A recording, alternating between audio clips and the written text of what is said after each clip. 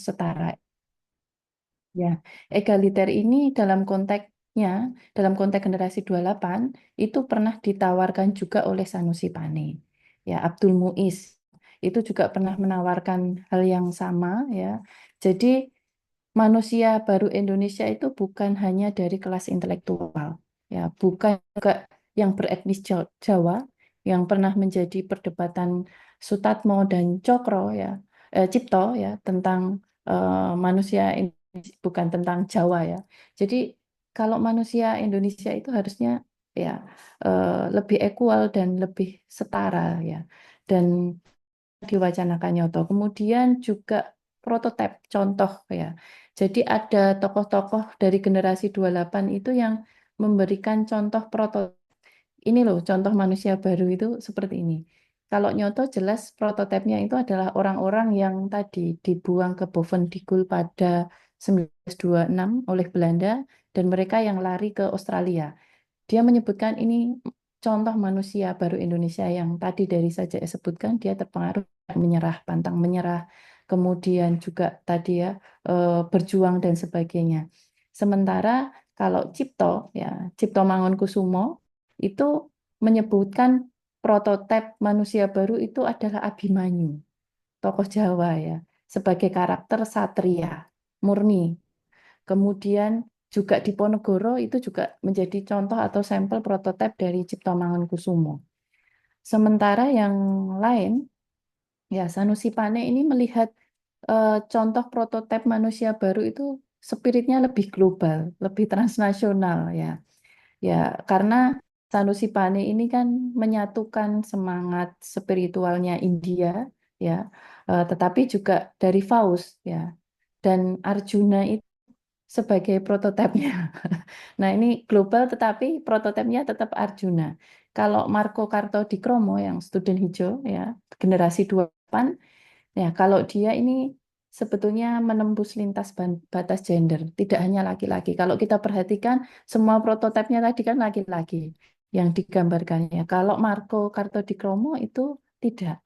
Kalau dia pertama adalah Tirto Adisuryo, gurunya itu adalah prototipe dari manusia baru Indonesia dan eh, orang yang cukup dikagumi secara sembunyi-sembunyi oleh Marco, Raden Ayu Siti Sundari, itu sebagai prototipe seorang guru, aktivis buruh ya, perempuan meskipun dengan jarik dan sanggulnya dia berpidato di depan buruh di Semarang. Ini adalah prototipe manusia baru. Tapi dia juga menyebut tokoh asing ya Zubaidah Bulkis ya sebagai prototipe manusia baru. Ya, sehingga memang cukup beragam antar generasi ini sebagai contoh sampel ya manusia yang dicontohkan untuk manusia Indonesia. Pak Soekarno tidak menyebut prototipe, meskipun dia menuliskan artikel secara jelas judulnya Manusia Baru Indonesia. Nah, kalau titik tolaknya bagi Nyoto, kemunculan manusia baru Indonesia ini adalah periode 1926 tadi ya, pemberontakan PKI itu adalah periode awal di mana muncul manusia baru. Ya, kemudian kalau tokoh yang lain, yang mungkin kita akan melihat semangat pan-Asianisme ya, Renaisanya Asia itu kan ya, yang sering disebut sebagai konsepnya Homo Libernya di Magna Carta itu sebagai titik tolaknya Muhammad Yamin. Ya, Muhammad Yamin bukan 1926, tetapi titik tolaknya adalah peristiwa global Renaisanya Asia ya. Eh, sebagai pan-Asianisme, ya, sebagai munculnya manusia baru Indonesia. Dan yang terpenting bahwa di dalam semua gagasan manusia baru yang diwacanakan oleh generasi 28 maupun Tito tadi ya, mereka itu selalu apa? Sifat transnasionalismenya selalu ada. Ya. Mereka mereferensi dari negara-negara lain, ya tidak hanya Eropa Barat, tetapi mencoba beralih ke Timur. Kalau generasi 28 mungkin karena kolonialisme, sehingga eh, kalau modern kan selalu berpakaian barat seperti orang Eropa misalnya. Tapi Nyoto mencoba merujuk negara lain yaitu Eropa Timur. Memang pada masa kolonial sudah ada orang Indonesia yang ke Soviet misalnya, sebagai negara Eropa Timur. Ya, tetapi ketika kembali eh, gagasannya tidak sesuai nyoto. Memang negara Asia juga menjadi rujukan, Timur Tengah juga menjadi rujukan beberapa tokoh generasi 28. Ya, tetapi memang ada karakter yang berbeda tadi ya, alam alam negaranya berbeda ya. Eh, yang saya selalu terkagum-kagum itu bahwa itu hadir ketika kita menjadi orang pribumi, menjadi orang nomor satu di atas, ketika balik kan, dulunya di paling bawah posisinya tiba-tiba menjadi paling atas. Dan ya betapa terkejutnya kan. Maka perdebatan itu menurut saya menjadi cukup ya wajar untuk mempertanyakan kembali sebetulnya manusia baru itu kan bungkus dari identitas orang Indonesia itu seperti apa. Ya, dari saya itu saja Pak Endra. Matur nuwun, mohon maaf mungkin terlalu lama. Baik, terima kasih Ibu. Lama tapi berbobot. Terima kasih kepada pemateri Bu Roma atas pemaparannya yang sangat inspiratif dan penuh wawasan ya, luar biasa sekali. Baik, Bapak Ibu sekalian, kita akan lanjut ke sesi diskusi dan tanya jawab ya. Bagi peserta yang ingin bertanya, silakan menuliskan pertanyaannya di kolom chat boleh, menggunakan fitur raise hand juga boleh. Silakan Bapak Ibu yang ingin bertanya. Sambil menunggu pertanyaan dari rekan-rekan peserta, ini sebenarnya memunculkan ide penelitian, bisa dijadikan penelitian lanjutan gitu ya. Bisa juga dikaji dengan pendekatan sastra, karena saya lihat ternyata sosok Nyoto dekat sekali dengan sastra ya Bu ya, menerjemahkan puisi-puisi Rusia, Uni Soviet pada masa itu, USSR ya. Dan di Rusia sendiri ada mata pelajaran tersendiri terkait sastra di mana apa namanya mengambil tokoh sastrawan Indonesia.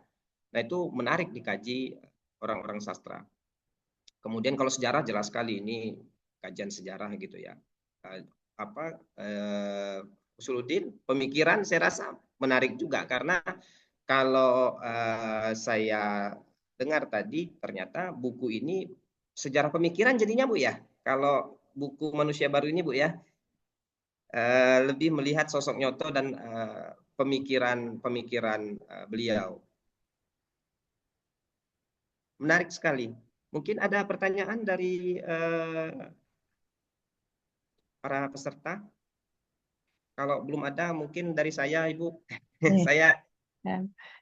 dari tadi nyimpan pertanyaan nih. Jadi apa namanya manusia baru itu konsep ya Bu ya, konsep yang sebenarnya apa namanya kita keluarlah dari ideologi kiri komunis dan segala macamnya. Jadi apa namanya awal dari penelitian Bu Roma ini melihat konsep manusia baru tadi ya Bu ya, dan Nyoto menampilkan itu. Dia punya ide terkait manusia baru. Nah, manusia baru sendiri gimana menurut Ibu idealnya konsep manusia baru kalau kita tarik ke sekarang gitu Bu ya, gimana tuh Bu? Ya, ini ada autokritik juga ya Pak Hendra ya. Jadi kalau di Soviet itu kan Newman-nya itu kan sudah digambarkan tadi saya bilang kosmonot. Ya, sementara Hmm.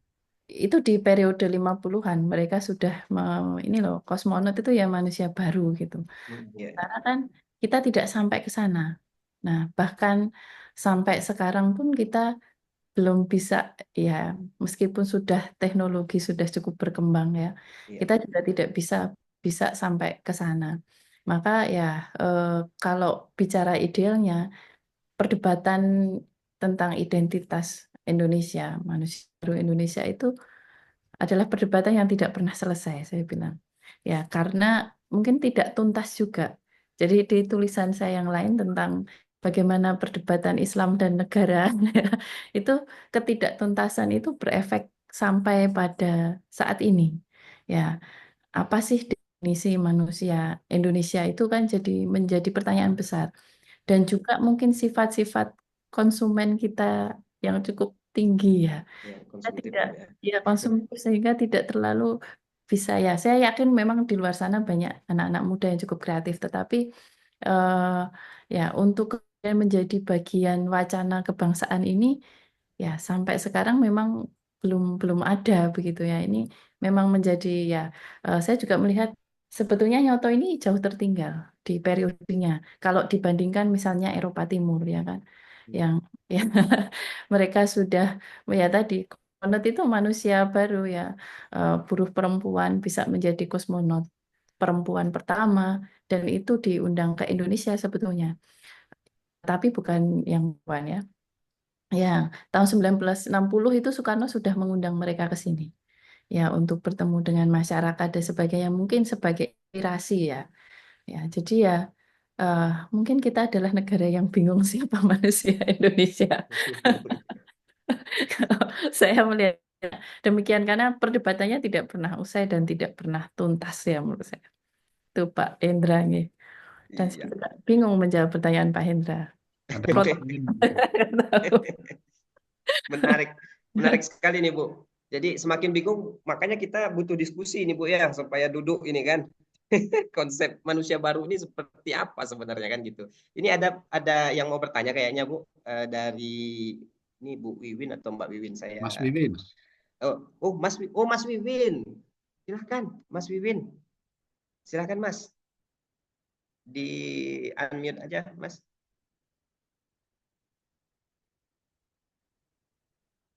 Mas Sudah. Wiwin. Nah, ini langganan nih kayaknya nih. Langganan. Monggo silakan Mas. Terima kasih Mas Hendra. Assalamualaikum warahmatullahi wabarakatuh. Waalaikumsalam warahmatullahi wabarakatuh. Nah, mohon izin Bapak-bapak, Ibu-ibu, ini langsung aja bertanya ke Mbak Roma gitu ya. Mbak Roma, semoga sehat, lancar juga puasanya ya. Ya, Ini apa ya? Saya baru mencoba membaca bukunya Mbak Roma, jadi agak ngejar-ngejar bacanya. Ada beberapa bab yang memang saya belum tuntas membacanya. Tapi baiklah, Nyoto ini ternyata lahirnya di Jember juga. Saya baru kepikiran Jember nih apa sih yang sedang panas-panasnya itu kan. Ternyata Jember itu juga tempatnya Bu Guru Salsa ya. Di mana Bu Guru Salsa ini menjadi sesuatu berita juga ya. Dibandingkan dengan guru yang vokalis band Sukatandi itu ya. Guru Salsa tetap dibela jadi guru, kayaknya begitu kabarnya tuh. Sementara vokalis Sukatani hanya karena cerewet yang kritik gitu ya lah, kayaknya tidak dipertahankan sebagai guru. Tampaknya begitu beritanya. Jember, cerita Jember dan guru salsa. Tapi itu soal lain. Pertanyaan saya begini, Mbak Roma, kalau misalnya Nyoto pernah berada dalam posisi yang ambigu karena ingin memuji Jepang dalam hal tertentu, mungkin semangat kekeluargaan, sementara kawannya Masumi juga, misalnya Insa Ansori atau Hamka, kemudian juga karena Jepang kan pernah membentuk MIAI kan, Majelis Islam Ala Surah Indonesia apa bagaimana, yang kelak jadi cikal bakalnya Masumi itu sendiri kan.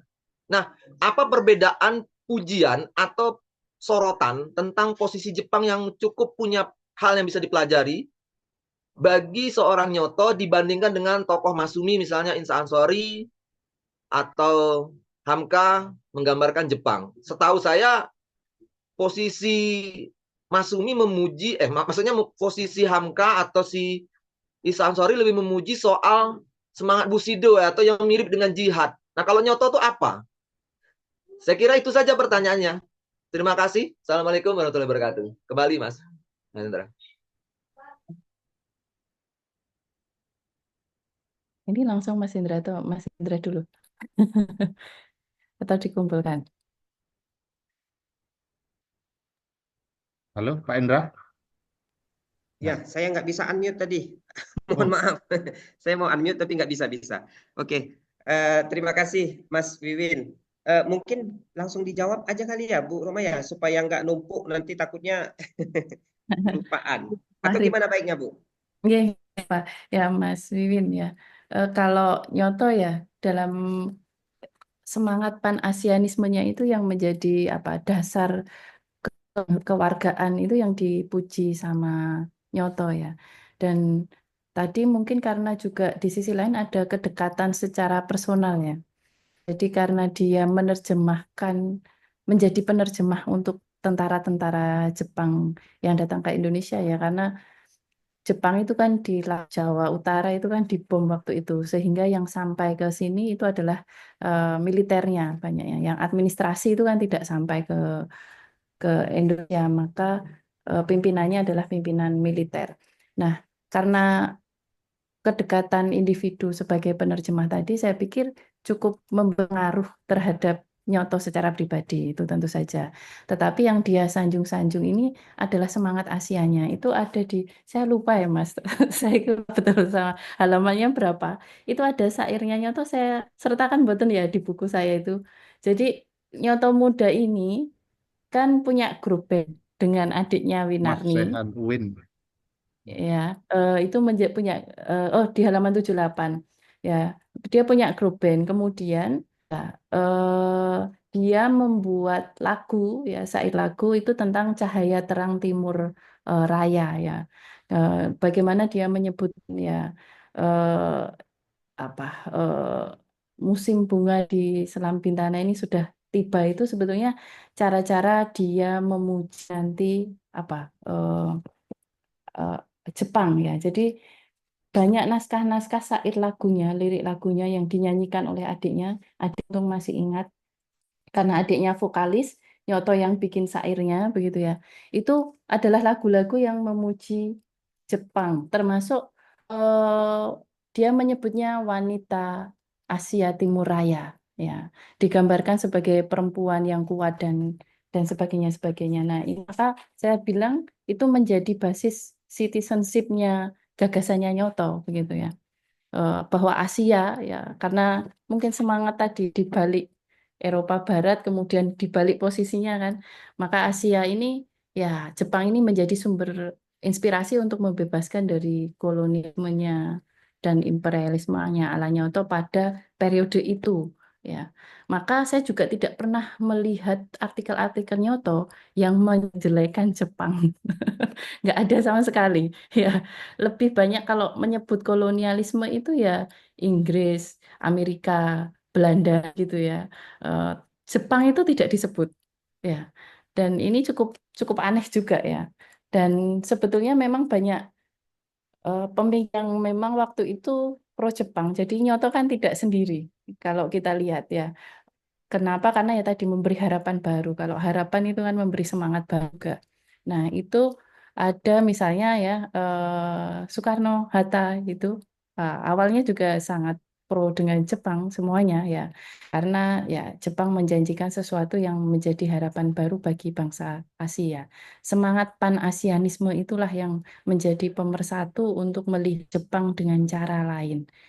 Itu yang saya lihat demikian Mas Wiwin ya. Jadi itu juga menariknya di lagu-lagu dia itu sangat memuji Jepang, dan karena Nyoto ini juga sangat suka mendengarkan musik ya, musik. Hmm. Ya, jadi itu yang bisa saya sampaikan Mas Wiwin ya. Gimana, Mas Wiwin? Kalau dengan Mas ini perbedaannya apa tuh kayaknya kalau ada gambaran? Ya, kalau Mas Sumi itu secara politik saja. Kalau di dalam artikel dia kan jelas secara politik itu berbeda referensi. Referensinya kalau Mas Sumi itu referensinya dianggap dalam perspektifnya Nyoto ya. Kalau Masumi itu referensinya ke Amerika, ya. Sementara kalau Nyoto kan ke Eropa Timur yang berbeda jauh. Nah, ini eh, keduanya ini juga secara politik juga berbeda ya pandangan politiknya. Termasuk nanti di dalam, saya agak lupa 50 atau 60 ya, 50 awal saat Indonesia kemudian akan meminjam hutang ya. Itu juga menjadi kritik keras Nyoto kan ya. Maka kritik keras itu kan muncul juga di dalam puisinya. Bagaimana Ka'bahnya pindah ke Washington gitu ya, tidak ke Mekah lagi. Nah, ini kan artinya pandangan politiknya juga sangat Amerika sekali. Maaf, Mbak Roma, maksud saya Ye. Mas Sumi dulu kan seperti Hamka atau seperti Isa Ansari itu memuji Jepang juga. Maksudnya bedanya dengan Nyoto itu loh, waktu era mereka sama-sama memuji lah gitu. Maksudnya itu saya, tapi mohon maaf salah saya. Ya, waktu sama-sama memuji ya. Ya, kalau Kak, saya melihat kan tidak muncul dalam konsep kewargaannya dia. Ya, itu tidak diambil dalam konsep kewargaannya dia. Sementara Nyoto mengadopsi dalam konsep kewargaannya. Ya, dan meskipun nanti pada periode setelahnya, Nyoto sendiri juga tidak terlalu mengadopsi Jepang. Ya. Hanya pada periode ketika Jepang di sini saja.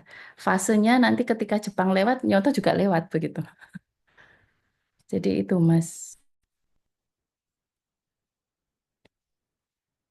Wiwin. Baik. Ya, Oke ya, Mas Wiwin ya. Baik, terima kasih Mas Wiwin, Bu Roma. Ini ada satu pertanyaan lagi nih kayaknya Bu dari eh, Bapak Ketua LP2M ini, Bang Fridi. Beliau ya. ini luar biasa bacaannya juga, ketertarikan beliau dengan sejarah-sejarah kiri-kiri ya Bang, atau kiri-kinian kata Bang Abid tadi. Monggo silakan Bang Fridi. Ya, Terima kasih Pak Endra. Eh, Sebetulnya banyak yang mau masuk ini Bu, tapi kami tahan karena tadi sempat diganggu. Jadi benar-benar yang apa ya, serius mau ikut namanya jelas itu. Jadi hostnya banyak banyak menahan orang tuh Pak Endra karena baru sekali ini Zoom kami diganggu. ya kayaknya karena idenya sensitif kayaknya Bang. Kaget juga saya tadi luar biasa gangguannya. Terima kasih Bu Roma sudah berkenan hadir diskusi dengan kami, eh, dosen UIN Jambi dan para mahasiswa. Banyak juga kawan-kawan saya dari luar Jambi hadir. Ada Pak Faisal Riza dari UIN Medan. Beliau ini juga eh, peneliti, mantan presiden proletar ini di UIN Jogja. Jadi banyak kaum proletar hadir nih Bu.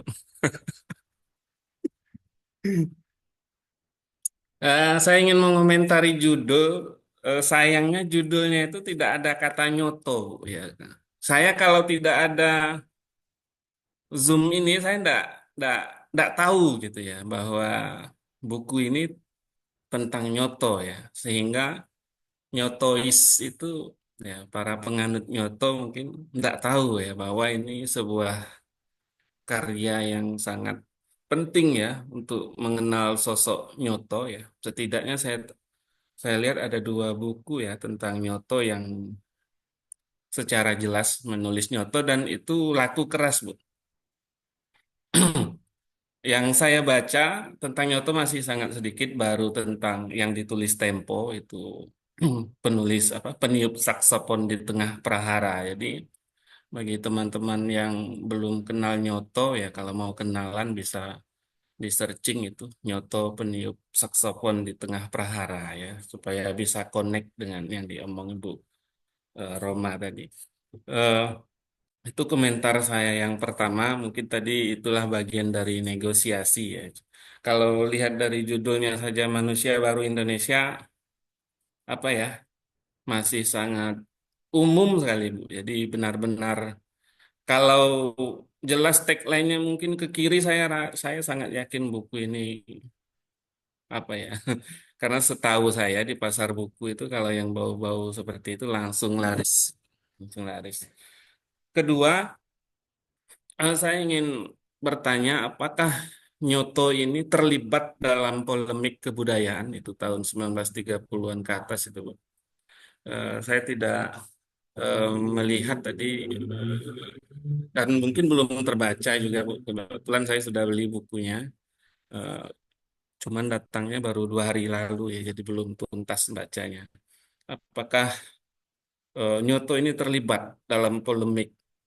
Ya, karena kan polemik kebudayaan itu sebetulnya mengkonsep manusia Indonesia sebetulnya.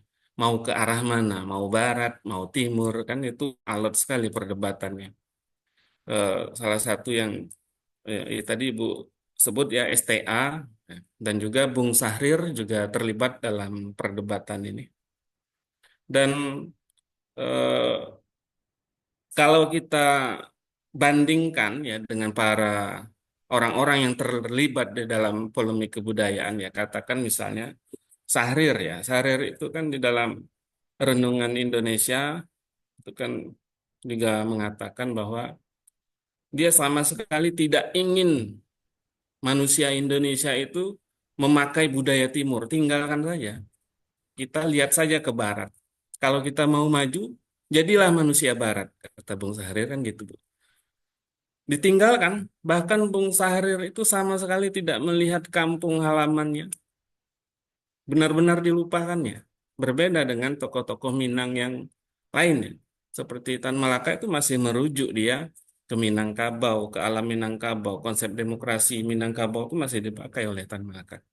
Nah, saya ingin melihat, eh, bertanya ya kepada Bu Roma, konsep manusia baru Indonesia Nyoto ini, apakah ada menyarankan, merekomendasikan untuk mengadaptasi budaya-budaya Timur ya, dan itu mungkin apa konsepnya seperti itu kan Bu? Kalau Tan Malaka misalnya itu kan secara Dulu ya, jelas Dek. mengatakan Ada ini tak? Ada gangguan punya.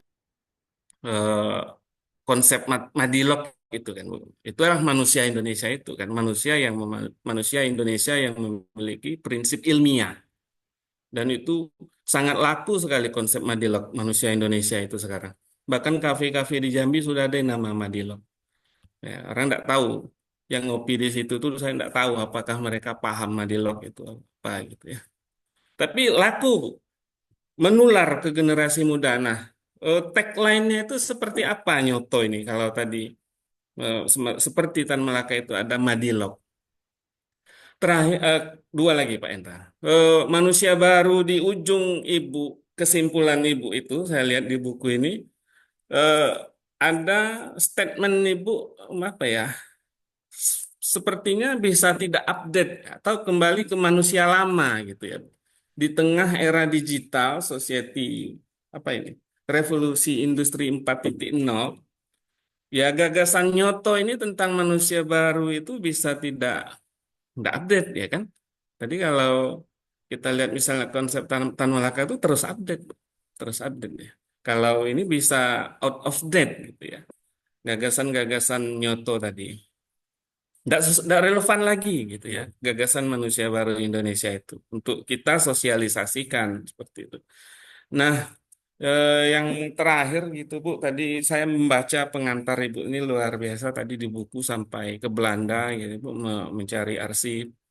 Ini mungkin untuk kami dan kawan-kawan di Jambi juga mahasiswa itu untuk melakukan riset seperti ini apa tipsnya itu ya Bu untuk membuat profil-profil tokoh seperti ini mungkin ada di Jambi ada kawan-kawan sejarah yang mau meneliti.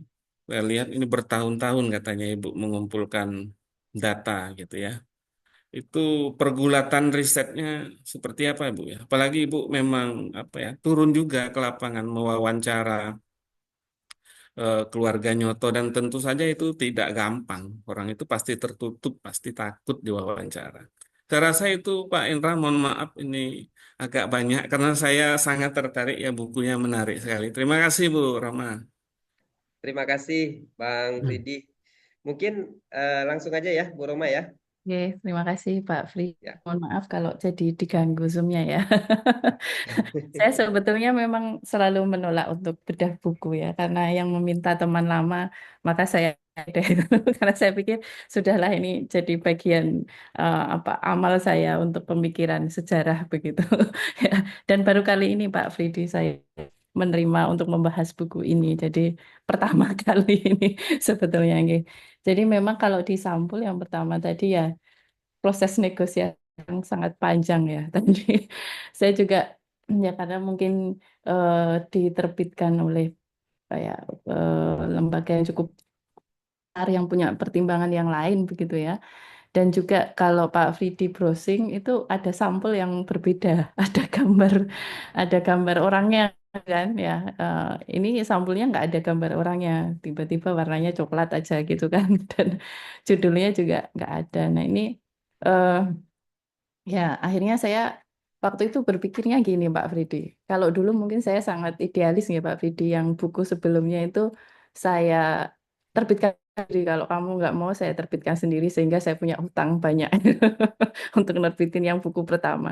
Yang kedua ini mungkin ya karena usia ya idealismenya sudah agak turun sedikit. Ya, yang penting gagasan saya itu bisa dibaca orang begitu. Perkara sampulnya mau bentuknya kayak apa saya tidak terlalu peduli begitu.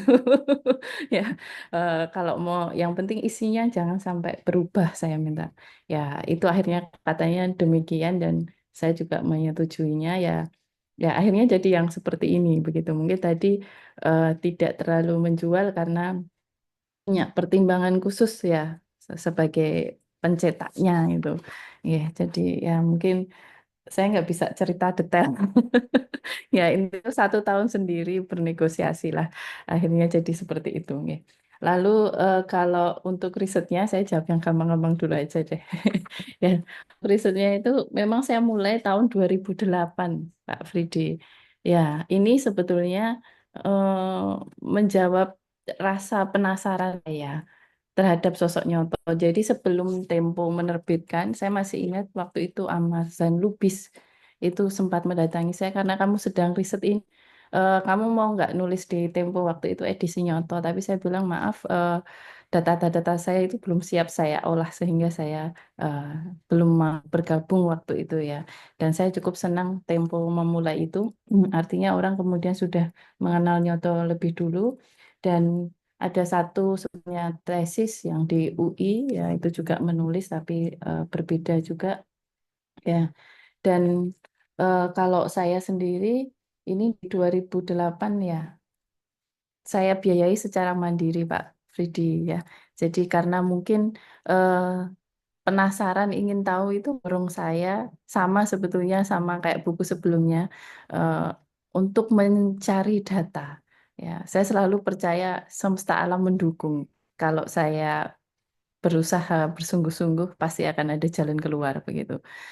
Ya, saya memang mewawancarai dari berbagai tempat, termasuk Rinyoto itu sudah tidak terhitung berapa wawancara, berapa kali saya ketemu sampai meninggal ya beliau ya. Kenapa? Karena waktu itu saya masih sebetulnya sebelum 2008 justru saya masih kuliah S2 itu, Pak.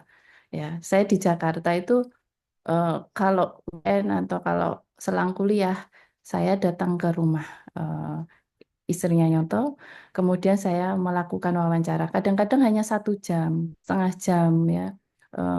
Untuk membangun relasi kedekatan itu kan penting ya kalau di dalam wawancara. Kalau responden itu sudah percaya, pasti akan bercerita banyak hal pada kita.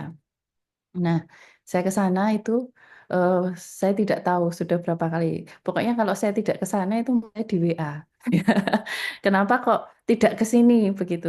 Sakit atau tidak begitu ya? Sehingga eh, saya bisa punya apa kedekatan untuk mencari informasi dan dari situ ya snowball sampai responden yang lain sampai akhirnya ya kedua adiknya ya itu juga bisa saya wawancarai ya meskipun di pulau lain ya dan memang awalnya juga tidak percaya saya tidak difoto itu dengan mudah baru mungkin hari ketika saya mau pulang begitu ya berapa itu baru saya diberi foto-foto itu dan saya menulis ini saya kontak juga pada keluarganya karena saya ini menulis untuk disertasi yang sifatnya ilmiah tidak semua informasi yang diberikan itu saya tuliskan atau saya tanda kutip ya tanpa saya lakukan cross check sumber. Artinya saya harus melakukan cross check sumber dalam posisi saya sehingga kalau memang tidak sama dengan pihak keluarga ya itu temuan saya. Jadi saya memberitahu dulu Pak Widianto ya. Jadi termasuk ketika keluarga tadi saya sebutkan meyakini bahwa hanya meninggal dalam gerbong maut ya perjuangan di Surabaya itu, saya menemukan sumber yang berbeda. Artinya saya tidak bisa mempercayai informasi itu ya. Dan ya eh, intinya saya berusaha berjarak dari responden saya. Ya. Kemudian juga ketika saya di Paris ya, kemudian ya tadi hanya lewat email-email Bapak saya lakukan Bapak juga. Saya datang ke Paris, ketemu beberapa Excel di sana, mewawancarai itu juga perjalanan yang tidak mudah ya. Tidak mudah dan eh, tapi karena saya senang, jadi hambatan waktu itu adalah hal yang tidak saya rasa sebagai hambatan. Dan karena proses itu saya sebetulnya sampai sakit 1-2 tahun ya. Dari efek ya tadi tidak berhenti wawancara macam-macam itu saya 2 tahun harus betul-betul istirahat karena saya sakit cukup parah ya. Ya karena terlalu banyak. Lalu sumber-sumber yang lain itu memang dari mikrofilm macam-macam itu banyak sekali. Bahkan ketika saya disertasi, saya masih mewawancara dan saya masih mengumpulkan sumber. Saya masih ingat, promotor saya bilang begini, Pak, ini waktunya kamu menulis, tidak mengumpulkan sumber. Kalau kamu kayak gini terus kapan selesainya? Ya. Jadi mungkin hobi saya itu salah satunya adalah mengumpulkan sumber. Jadi ya ketika saya pindah rumah pun ya berkardus-kardus itu harus saya bawa berfel-fel berkardus-kardus itu saya bawa kemudian ya saya kelompok-kelompokkan ya saya coba analisis dan saya tambahkan beberapa sumber lain. Nah, memang kalau di dalam riset itu dari dulu saya percaya kalau kita ini bersungguh-sungguh ya pasti akan ada jalan ketika saya dapat beasiswa di KITLV itu.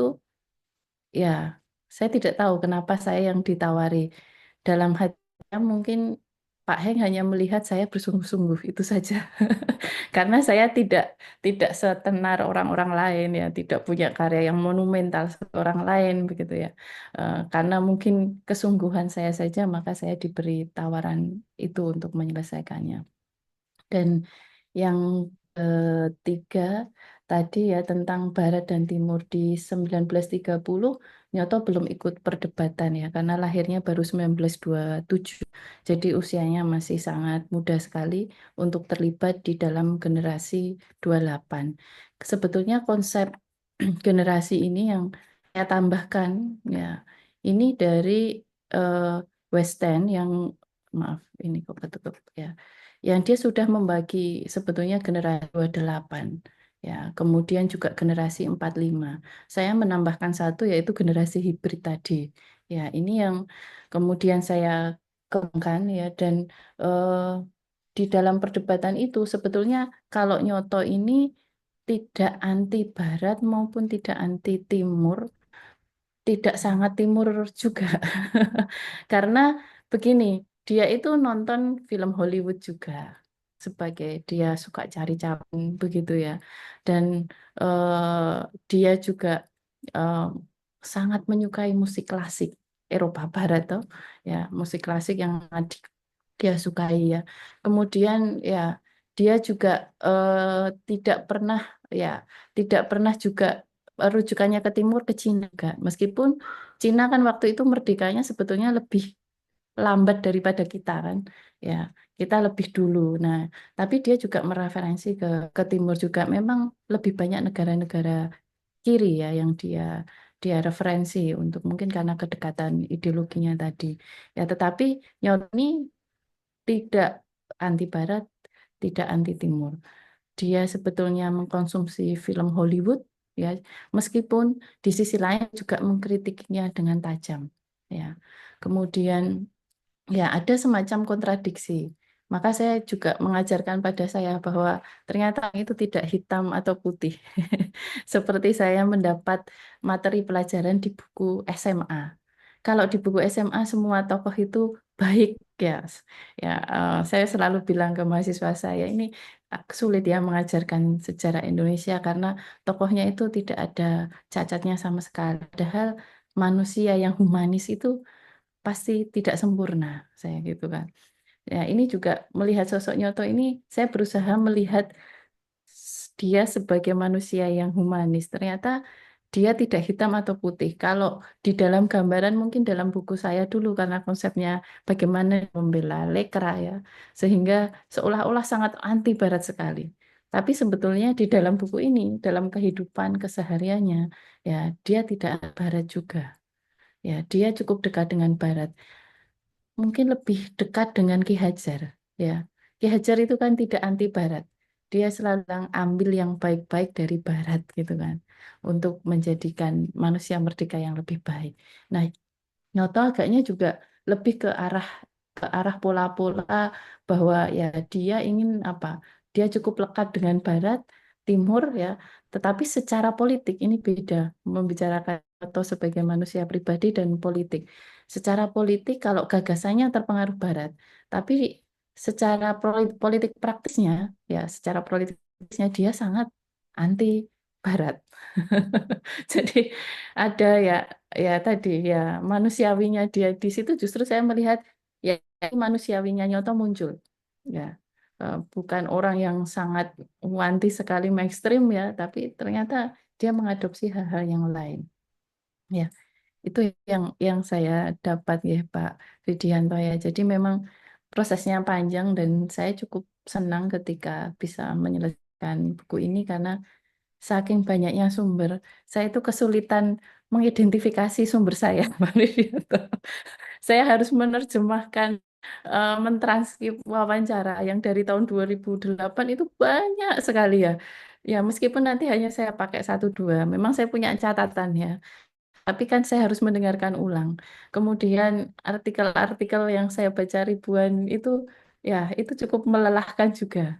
Ya, sehingga saya juga kadang-kadang harus membuat apa arsip sendiri di dalam komputer saya ini ya waktu baca ini ya ini menyulitkan saya.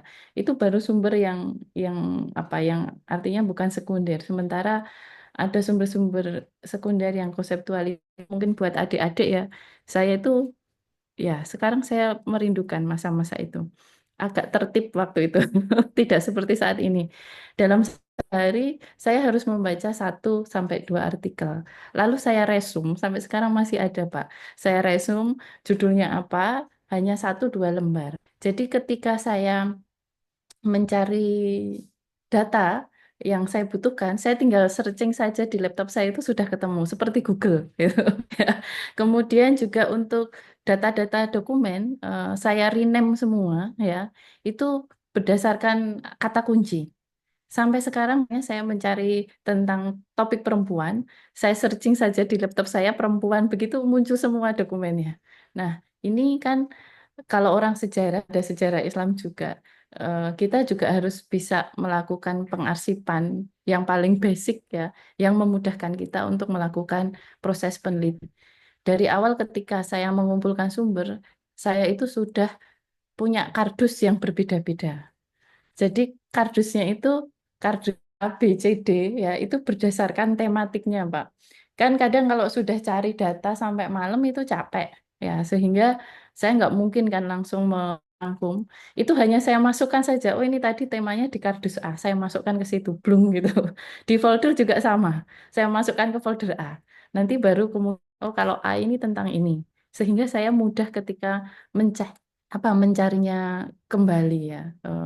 Sumber-sumber itu dan tadi ya saya juga banyak banyak dibantu teman-teman ya misalnya teman-teman pergi ke arsip tiba-tiba saya menemukan tema milikmu nih mau di di copy gitu ya jadi ini berkat bantuan banyak orang sebetulnya bisa menemukan sumber-sumber ini jadi itu nih Pak Fridianto mudah-mudahan bisa sharing ini pengalaman saya.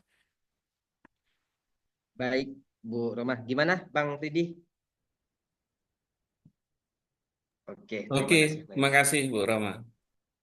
Ya, eh, kalau di edaran itu, Pak Ketua, ini kan sampai 11.30 ya. Kita masih menerima ini atau ini kita sudah lewat nih 11.37 ini atau kita sudahin? Gimana gimana? Karena Tutup menarik ini. ini. Cukup saya. Cukup lah ya. Ya, Bu Nanti Roma capek. kalau misalnya ada lanjutan kita Ya, undang lagi ya suruh Bang ya. suruh baca saja, beli Mungkin sendiri kan. mungkin satu Mas Masya Hendra. Allah. Pak Hendra, Nanti Gimana saya Bang? bisa buka ya, puasa beduk nanti Pak kalau dilanjutkan. ya. Enggak, maksudnya satu aja minta apa komentar Mbak Roma singkat aja. Kenapa Oh, sih closing sampai statement ya.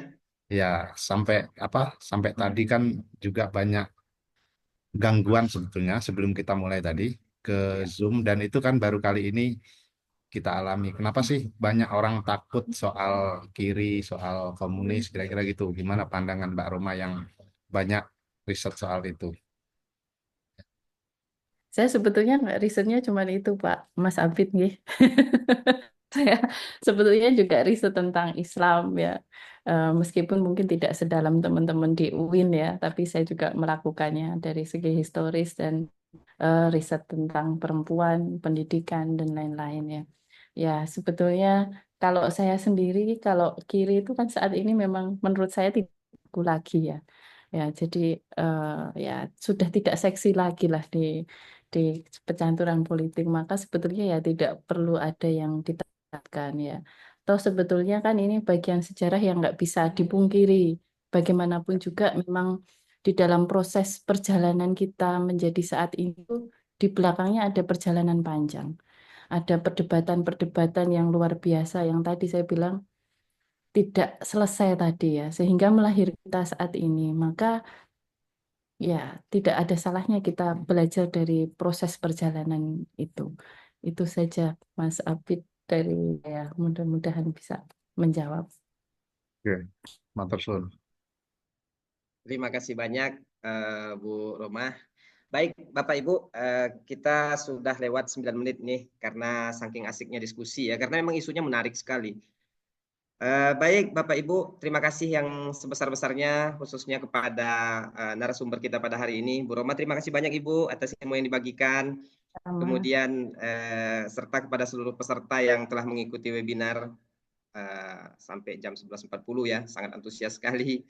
Terima kasih juga Bapak Ketua LP2M, Bapak Sekretaris LP2M, kemudian Ibu Kaprodi SPI yang sampai saat ini juga masih bergabung, Ibu Sekretaris. Kemudian kita cukup ya sampai di sini. Semoga diskusi hari ini membawa manfaat dan menjadi inspirasi bagi kita semua. Oh iya, hampir lupa. Terima kasih kepada seluruh peserta yang telah mengikuti webinar ini dengan antusias. Akhir kata, saya moderator, mohon maaf apabila ada kekurangan dalam memandu acara ini. Saya akhiri dengan wassalamualaikum warahmatullahi wabarakatuh. Waalaikumsalam. Waalaikumsalam Terima kasih Bu Roma. warahmatullahi Terima kasih banyak Bu Roma.